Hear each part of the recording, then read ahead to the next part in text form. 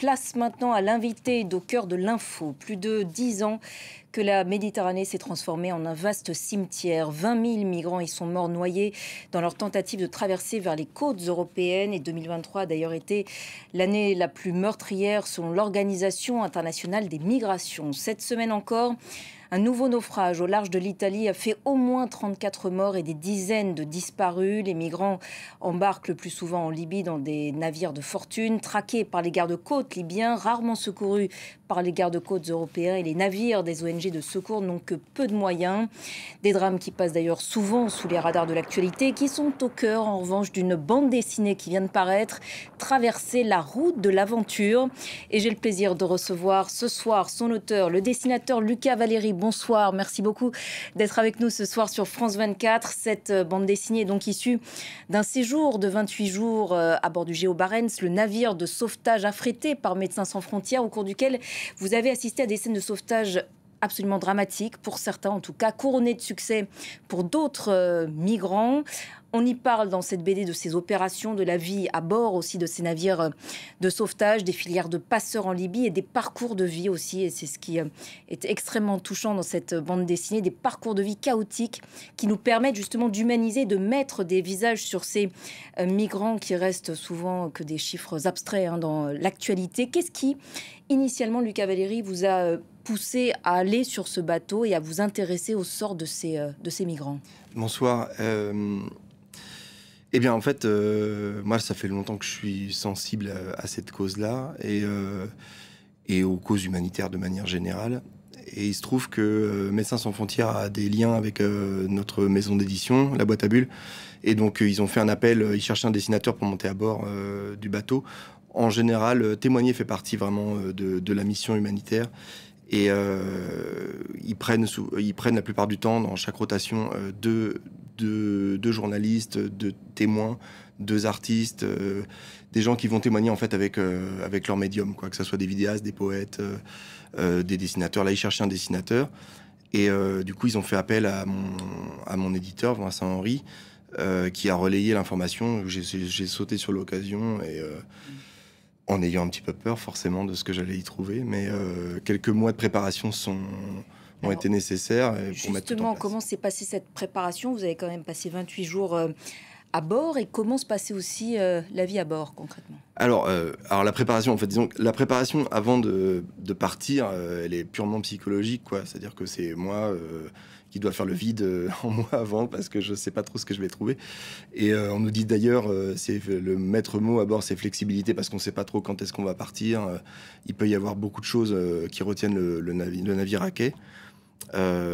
Et du coup, une fois arrivé, il y a eu quelques jours encore où on était à quai. Après, on est parti, mais il y a énormément de formation, d'entraînement, que ça soit théorique et pratique, une fois à bord. Et les équipes sont d'une bienveillance extrême, en fait. Alors, il y a toujours une légère méfiance envers les journalistes, mais en fait, il se trouve que là, ça s'est hyper bien passé. J'étais donc avec Michael Bunel, qu'on s'est rencontré à bord, qui était le photographe, voilà, qui est photoreporter, tout à fait, avec qui on a fait déjà un premier livre, donc Rescapé. Et on a été très très bien accueillis. Et en fait, c'est super important pour nous aussi de savoir dans quoi on met les pieds, quoi. Et du coup, les formations, que ça soit pratique ou théorique, sont dispensées à tout le monde au même titre, en fait.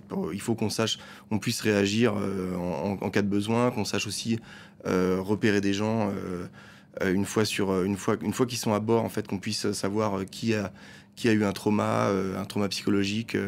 Donc il y a énormément de choses qui sont dispensées à bord. En fait, on a eu pas mal de cours sur qu'est-ce qui se passe en Libye, qui sont les gens qu'on va rencontrer, comment ça se passe en mer, quels sont les types d'approches pour tel type de bateau, et ainsi de suite. Donc il y a eu vraiment un entraînement aussi bien pratique que Cet entraînement, d'ailleurs, on le voit dans la Oui, bande dessinée. oui, tout à Vous fait, l'avez ouais. également dessinée. Durant cette mission, donc, vous avez assisté, si je ne me trompe pas, à 7 sauvetages au cours Oui. de 2 rotations distinctes, donc du Géo Barents, ce navire affrété par MSF. Des centaines de personnes ont été sauvées, d'autres ont péri. On va d'ailleurs visionner tout de suite une archive que vous avez vous-même choisie du photojournaliste justement qui vous accompagnait. Elle date de juin 2022, donc image de sa GoPro. On va les visionner tout de suite, et on en reparle tout de suite après. Voilà, donc là, il s'agit de photos de Michael Bunel, ce photojournaliste qui était à bord. On peut peut-être commenter donc bien sûr. ces images. Il s'agit du sauvetage, on voit, d'un bébé. Hein. En fait, c'est le premier sauvetage qu'on a réalisé, et c'était vraiment une situation dramatique. Le bateau était en miettes partout. Il faut imaginer qu'il y a vraiment des gens vraiment au milieu du bateau qui devient une espèce de piscine au milieu de la mer, avec beaucoup de gens qui ne savent pas nager. Là, effectivement, il y a un bébé qui va être réanimé. En fait, le bébé va bien, mais d'autres ont trouvé malheureusement la mort. Donc voilà, Michael avait sa GoPro, lui il était sur un des canaux, moi j'étais au-dessus en observation avec le chef des opérations, et ça avait été décidé comme ça. Et du coup, c'est des images qui sont terribles, mais qui arrivent évidemment tous les jours. Ce naufrage était particulièrement difficile. Il y a eu 10 heures de sauvetage, parce qu'il y a des gens étaient éparpillés avec le courant, la mer était mauvaise. Et il y avait déjà 30 personnes noyées quand on est arrivé. Et dont aussi une femme enceinte qui a été recueillie à bord, mais qui n'a pas pu être sauvée malheureusement. Et qu'on a donc ramené jusqu'en Italie. Et ça arrive malheureusement très souvent. Comment on vit, on traverse ces moments ? On n'a pas le choix quand on est dessus, en fait. Ceux qui sont plus touchés, c'est ceux qui sont sur ces embarcations déjà. Et en tant que témoin, de toute façon...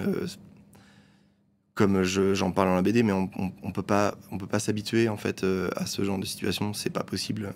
Surtout quand on l'a sous les yeux, on a beau se préparer, c'est toujours un choc extrême en fait de voir cette détresse. Et alors évidemment, tout ça c'est aussi compensé par la joie de tous ces rescapés une fois qu'ils arrivent à bord et qu'ils sont sauvés. Il faut penser les blessures, il faut essuyer les larmes, et après on parle ou on n'en parle pas.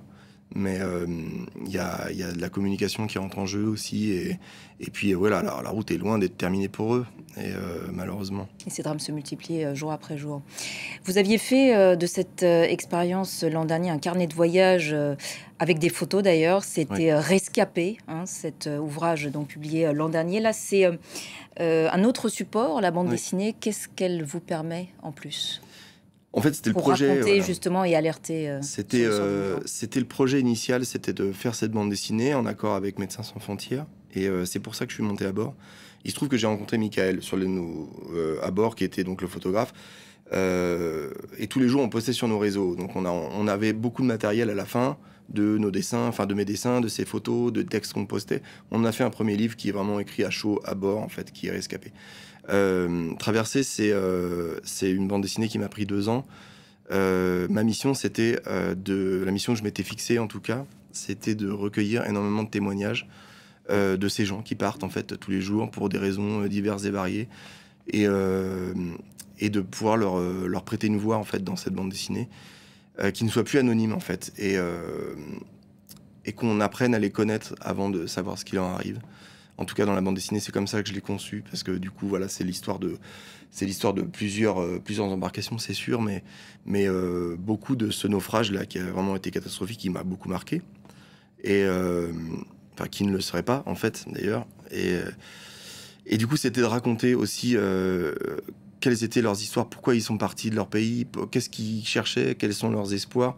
Et on se rend compte, au fait, pour la plupart, que c'est pas forcément l'Europe. Ce qu'ils visent d'abord, c'est déjà aller chercher un petit peu moins de misère dans le pays d'à côté. Et puis, en fait, au fur et à mesure, ils sont aussi orientés. On les oriente souvent vers la Libye. Et c'est ce qu'on voit très bien justement dans la bande dessinée. Donc elle retrace, vous l'avez dit, le parcours de plusieurs migrants et leur donne effectivement des visages, ça les humanise, des parcours de vie parfois à peine croyables. Je pense notamment à un parcours qui m'a moi personnellement marqué dans votre bande dessinée, c'est celui de Jeannette.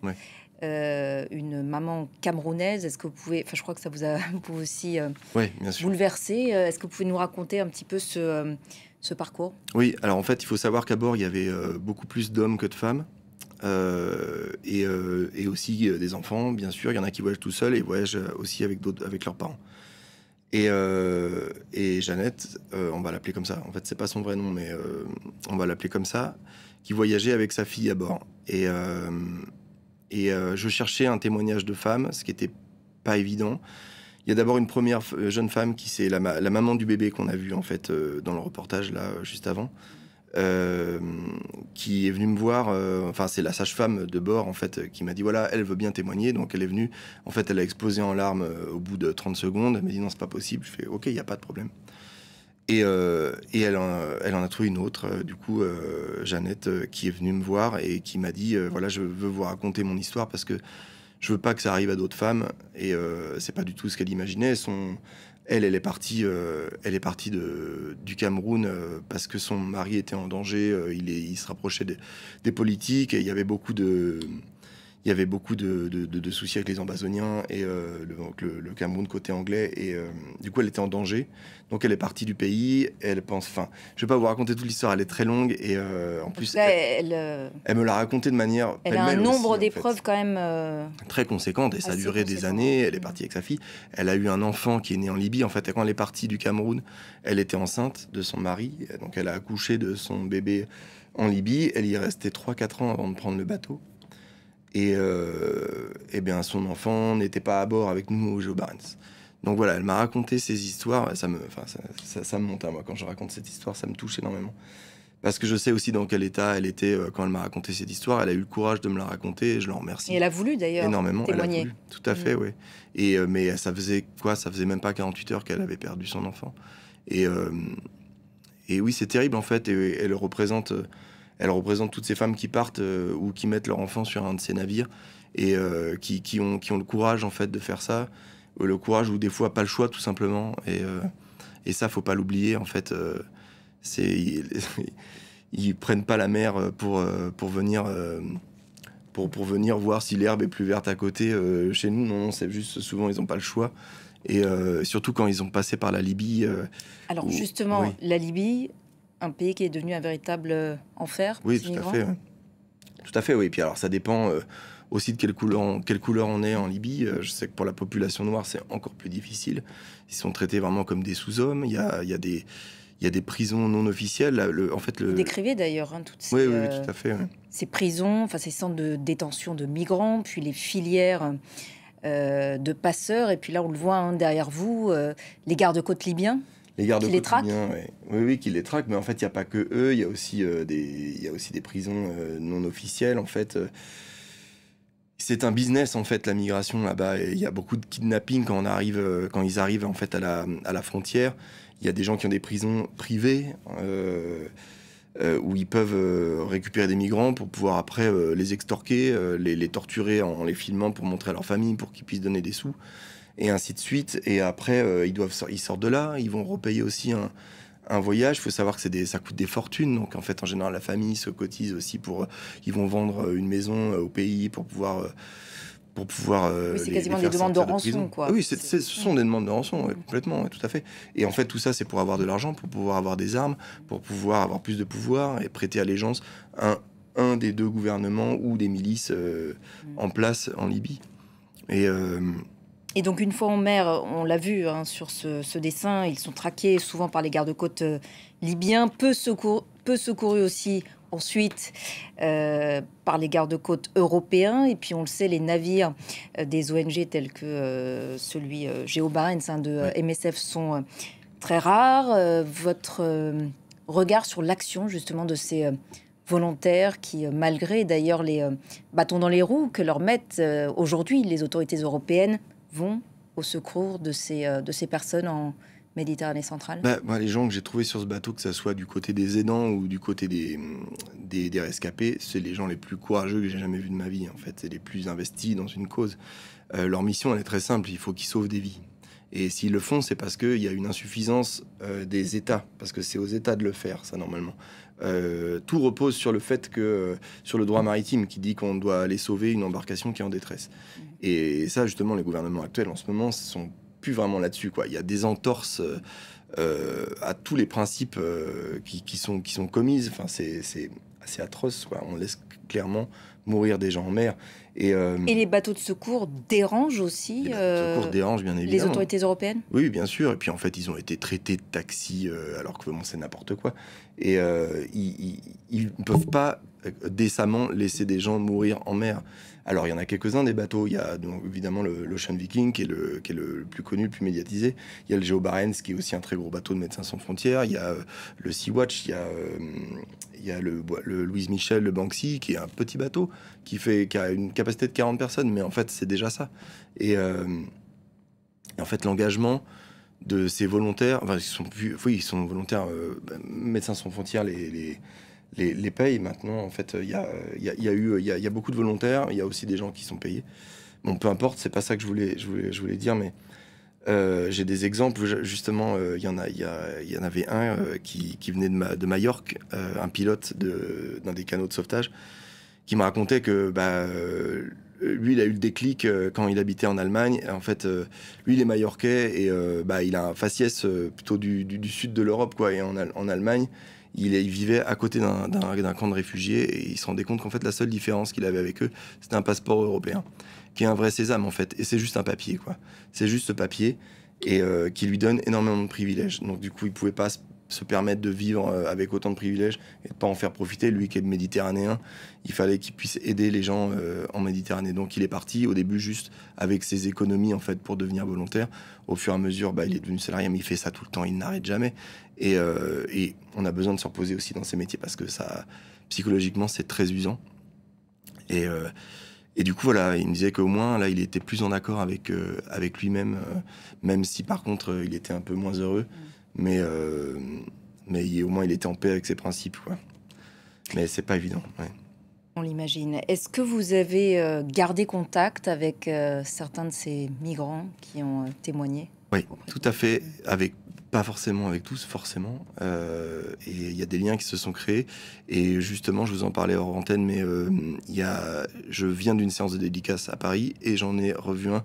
Et c'est la première fois que j'en revois un en chair et en os. Qu'est-ce que vous avez ressenti? Ah ouais, j'étais super ému. Et puis lui aussi. Et puis c'était formidable. En plus, je pouvais lui donner la bande dessinée parce que je raconte son histoire. En fait, dedans, c'est le premier, en fait, Mouamouda. Et il avait beaucoup de fierté à être dedans, à ce que justement son trajet soit raconté. Et ouais, c'est super. Moi, je sais que ça sera des amis pour la vie, c'est sûr. En fait, et j'ai aussi des contacts avec Claude qui est sur la couverture, qui est tout en haut, qui est en Italie. Alors j'en ai malheureusement pas justement avec Jeannette. Avec Jeannette. Je le dis à la fin justement du livre. J'aimerais pouvoir la retrouver et savoir ce qu'elle est devenue. On ne peut pas tous les suivre parce que des fois, tout simplement, ils n'ont pas de compte Facebook, ils n'ont plus de téléphone, ils n'ont plus rien. Et c'est très compliqué de... Alors j'essaye avec les réseaux, je fais mes recherches toujours. Et j'ai des pistes, mais j'arrive pas à aller au bout en fait. C'est assez compliqué, ça se perd en fait des fois. Mais oui, j'ai des nouvelles. Il y en a qui sont... il y en a qui sont toujours tristes. Il y en a qui sont pleins d'espoir. Il y en a qui sont... toujours déterminée. Il y en a une qui a rejoint enfin son mari en Allemagne, qui a eu un enfant, qui a repris le chant. Elle était chanteuse de gospel. Il y a des histoires très heureuses, en fait, fort heureusement. Mais voilà, Mouamouda, je l'ai vu tout à l'heure et je lui ai posé la question. Je lui ai dit, mais tu te fais contrôler ici? Il me dit, mais tous les jours, je me fais contrôler. Là, je viens de me faire contrôler. Il y a des jours, je me fais contrôler 4 fois, en fait, dans la journée. J'ai rien fait, juste j'ai mes tickets de transport et non. Et en fait, c'est comme ça, le délit de faciès, il est hyper présent, quoi. Et justement, je voulais vous faire réagir rapidement sur l'actualité. Alors tout d'abord sur cette coopération entre l'Union européenne et notamment la première ministre italienne d'extrême droite, Giorgia Meloni, ainsi qu'avec la Tunisie du président Kais Saied, on le sait, tous deux très hostiles à l'arrivée de ces migrants. De nombreuses ONG d'ailleurs dénoncent, dont Human Rights Watch, dénoncent les mauvais traitements infligés aux migrants en Tunisie notamment. Comment est-ce que vous voyez cette coopération dans la gestion, disons, des flux migratoires? De toute façon, je pense qu'il faut que chaque pays d'Europe s'investisse en fait là-dedans. On peut pas de toute façon laisser l'Italie gérer ça toute seule, ça c'est sûr et certain.